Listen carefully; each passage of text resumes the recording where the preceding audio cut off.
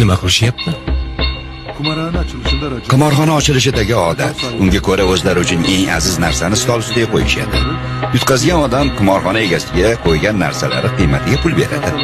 Yutgan esa so'ragan pulini oladi.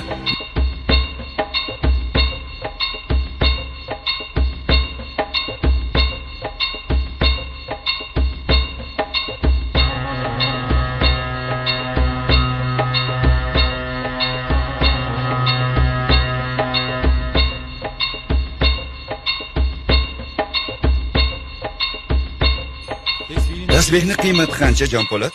35 katini 35 baravarini to'laymiz. 35 kat. Yana 35 marta qiymat ortdi.